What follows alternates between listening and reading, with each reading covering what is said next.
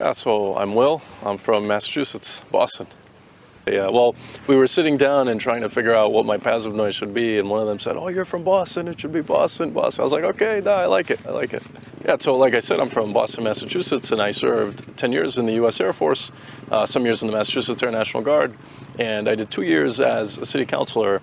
And when I got involved in politics, I zoomed out into the international level of politics, and you really kind of stop and pause and think about what's going on here, and you feel like you have to do something about it. So I came in January, I spent some time in Moscow, then I came to Donetsk. I was in contact with some of the folks in Pyatnashka, the International Brigade in Donetsk, and I served there for 3 months. And then after that, I had some friends that went on to serve with the Ministry of Defense, the 137th Brigade, where we're here.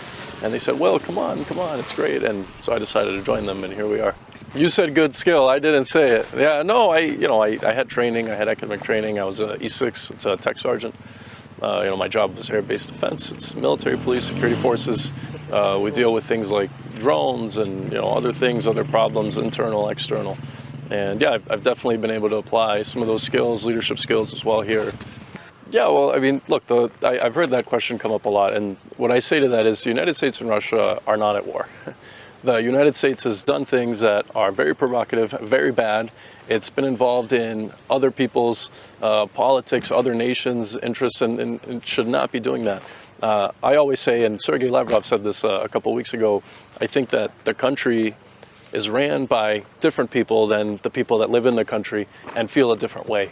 I think it's important we've got an election coming up in the United States. I think it's important for people to just do their own research and kind of read about things from independent news outlets and understand what's really going on here. Understand that this started back in 2014 with our politicians coming down here and saying all sorts of different things and making all sorts of different promises. And this doesn't represent the true interests of the American people. It's not, what benefit is it for the United States to have multi-million-dollar tanks rolling down here trying to kill people, missiles firing at a beach of innocent people. What interest is that? F-16s, there's no interest to that. Our country's trillions of dollars in debt, our country's collapsing, it's falling apart. And, it's just not, in my opinion, representative of the real interests of the American people. So when I hear that question, I don't consider myself a traitor. The United States and Russia aren't at war. And, in the future, I think that the people that caused this in my country should be held responsible for what they've done, and we can have some sort of friendship between Russia and the United States. Yeah, of course. I mean, I've worked downrange with these guys, like we say in the U.S. military, on the front, and I absolutely trust them to have my back 100%, and I know for a fact that they trust me as well. And what I always tell people is, because this is a question that comes up in the U.S. military. It's about the people that you're with. It's about the people that you're serving with, because this isn't, to be realistic, this is a dangerous situation. We're all down here serving, we're doing our job, but what makes it or breaks it is the people that you're with. And these guys have been great. They speak English, they're professionals. They help you when you need it. If I don't have something or if I don't understand something, they're like, "Oh, Boston, iди сюда," like, no problem, нормально, все хорошо. They teach me words, they teach me Russian, they help me to deal with, my girlfriend, сложно девушка, then they help me to navigate, all the complexities and the cultural differences. And again, it's about the people that you're here with, and I couldn't pick a better group of people to be here with. Oh, well, it was a joke. It started back when I first got here. They were introducing me, and they said, "Oh, it's an Americanец." I said, "Yeah, Ruski." And then after that, they laughed, and now everybody says, "Oh, yeah, he's Russian-American."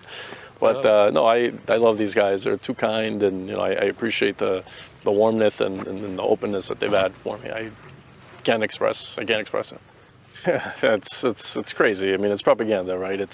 I've heard this quote so many times. Whoever wins wars gets to write the history about them, and unfortunately, on that side, there hasn't been enough liberation yet. They say what they want, and people believe it, and it's unfortunate the mainstream media in the U.S. Where was the outrage? You think about the horrible attack that happened on the beach. Where was the outrage of the terrorist attack that happened? Where was the outrage? I read in the attack in Kursk that just happened. It's a terrorist attack. A 28-year-old pregnant woman died. I think we've all seen that. Where's the outrage in the Western press for that? When you think about, this is what I was talking about when, I made my decision. Oh, what should I say?